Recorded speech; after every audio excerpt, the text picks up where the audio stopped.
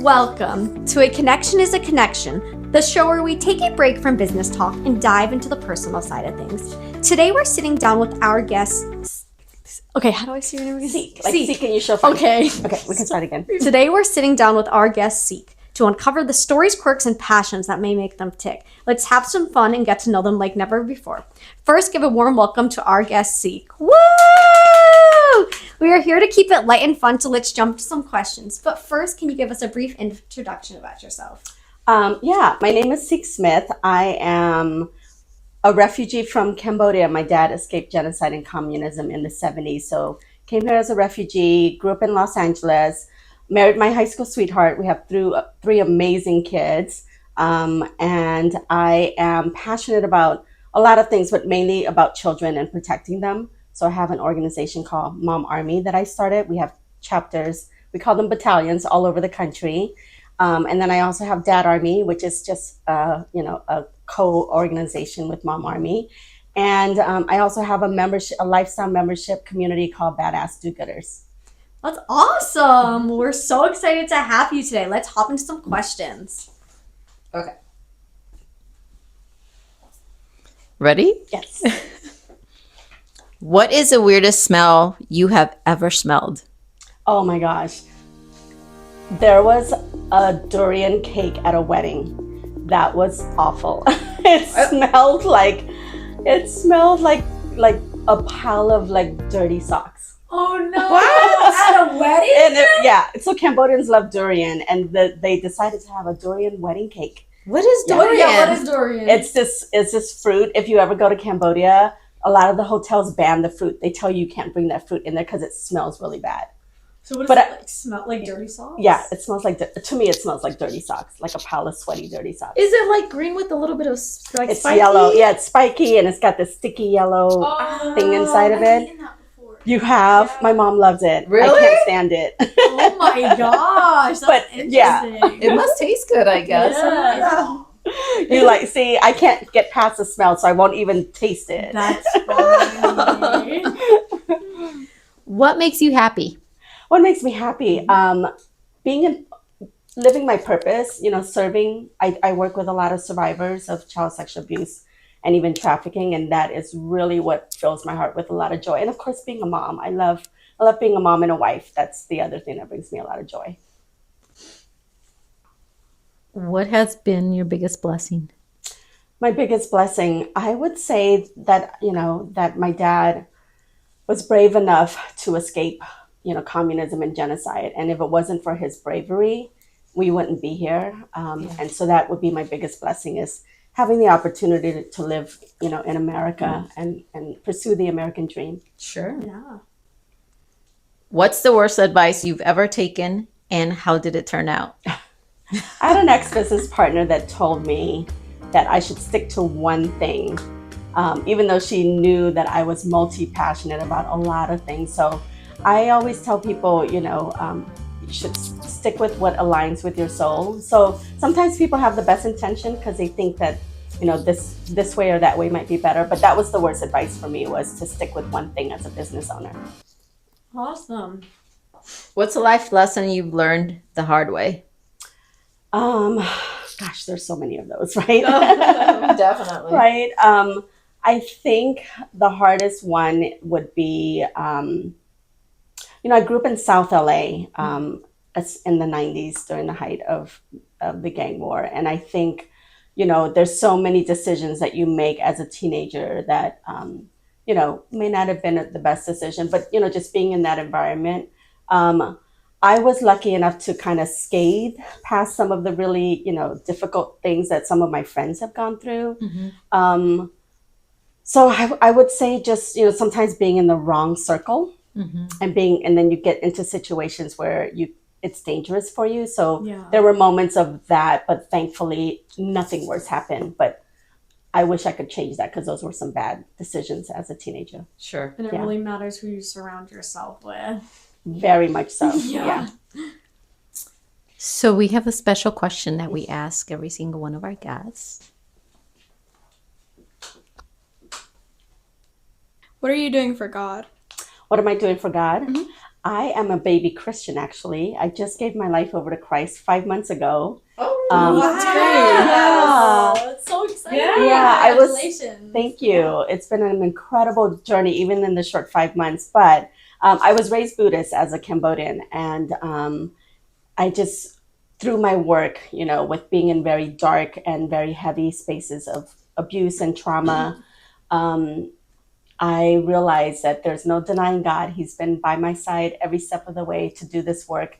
Without him, I wouldn't be able to do this work. It's very heavy stuff. So all glory to God. And I'm here living my purpose because of him. He's guided me through my whole life. If I may ask, how did you find God? It was a very specific day. It was a Tuesday in October, right before my birthday. And I was on 3 different calls and 3 different situations where I had one mom I was talking to, and she had lost her son, her only son, to fentanyl overdose. And unfortunately, she also shared that a few months before that, her son had disclosed that he had been sexually abused by his own father since he was, I believe, 8 or 9 years old. That was very heavy. I remember looking at her and asking her, "How are you still here?" And without hesitation, she said, "Only by the grace of God." And that wasn't the first time I've heard that. I've heard that many, many times from different people. But I heard that loud and clear that day. And it was almost God was like telling me, just pay attention and listen. I had another phone call that was very heavy. One of my moms in my Mom Army group, whose husband committed suicide a few months prior. And she was going through some stuff and needed some assistance. So I was helping her with that. And then I have another dad who lost custody of his only son in the family court system because he wouldn't go along with his ex, who started to dress his son as a girl at 2 years old. And the court has been against him. They've removed custody, and it's been really difficult for him. And so all these things was happening. And when you hear people's testimonies and their stories and the struggles that they're going through, it clarifies how grateful you are for your life and your situation. I'm fortunate to have a loving husband and 3 amazing kids and a beautiful life. And in that moment, it felt so heavy. I remember calling out to God, and I said, "I can't do this alone anymore."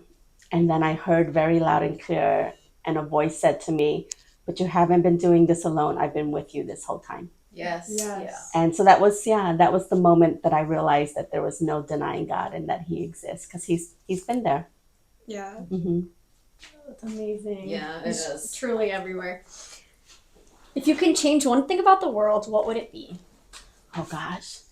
It would have to be, in this place of children, that if every child could be honored and loved and feel safe, that would be my wish for the world. We would have less traumatized, broken adults. Mm-hmm. Agree. Yeah. What's the most awkward compliment you've ever received? Oh my God, that would be from my sister. She's very unfiltered. She would think she is complimenting you, but it's almost like a backhanded insult. And she would say things like, "You have really thick thighs," and it would be stuff like that. So, growing up with her was hilarious, because she would not have like any awareness that she was insulting people, and she thought she was complimenting them. Oh no. So anyway, so I could probably pull a few examples of those, but I remember she said to me or to somebody, I remember it was like, "You have really thick thighs." I'm like, "It's not a compliment." That's funny. Do you have faith?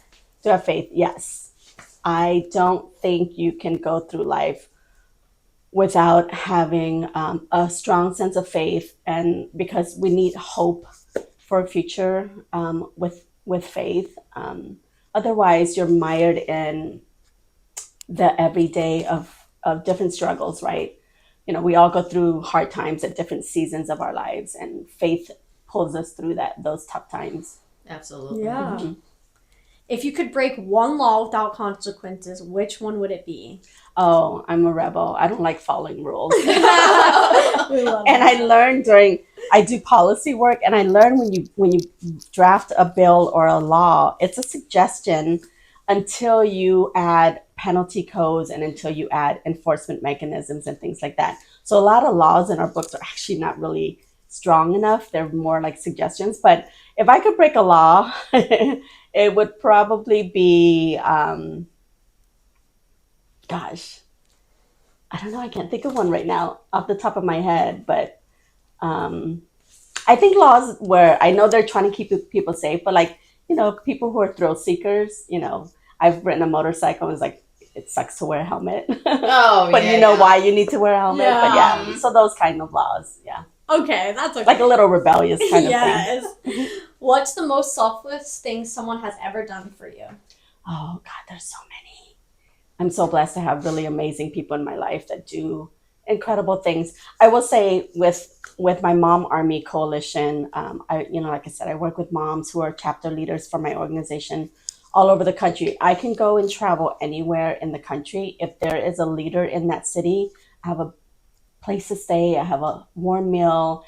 I have like VIP service. That's I get so picked up from the amazing. airport. I mean, I could literally go, to Tennessee, to Nashville, to Sacramento, to Dallas, to Houston, and I have this beautiful network of survivor friends all over the country and friends who are part of my Mom Army that take really good care of me when I'm traveling. Yeah.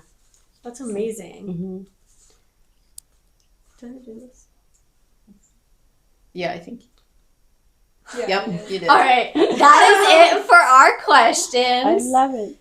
Seek, I know that what you do is so important, and I think a lot of more people should know about what you do. Would you mind sharing with us? Sure. Yeah, so Mom Army is a survivor-led organization. We fight to protect children and their innocence all over the country. We do that through awareness campaigns. We do nationwide protests and rallies. We do a lot of policy legislative work. So we work with lawmakers at state capitals across the country, especially in California, here in Arizona and Texas, to pass bills that protect children from predators, that safeguard victims and survivors. We do a lot of that. Our Dad Army group is another incredible group. They're a bunch of dads and men who are protective of women and children. So they do a lot of work in tandem with what we do with Mom Army. So those are the two ones. And then I have a company called Badass Do-Gooders, is exactly what it sounds like. I call it my real life superhero league. They're just a bunch of people who are creative, who are visionaries, but at the core of everything, they have a very purpose-driven heart to do work that changes people's lives, that impact people's lives. So those are the things that I'm involved in. Sure. Well, thank you for spending the time with us. It's such an honor. Can you just let people know how they can connect with you? Yes, I'm mostly on Instagram. So for Mom Army is at mom-army. And then Dad Army, same thing, dad-army. And then Badass Do-Gooders. So you can reach me there on my DM. My personal is SEAK, SEAK_Smith. And you can reach me on Instagram. Awesome. Well, thank you so much, and thank you for Thank being you. here. Yeah, thanks for and the stay opportunity. tuned for the next interview.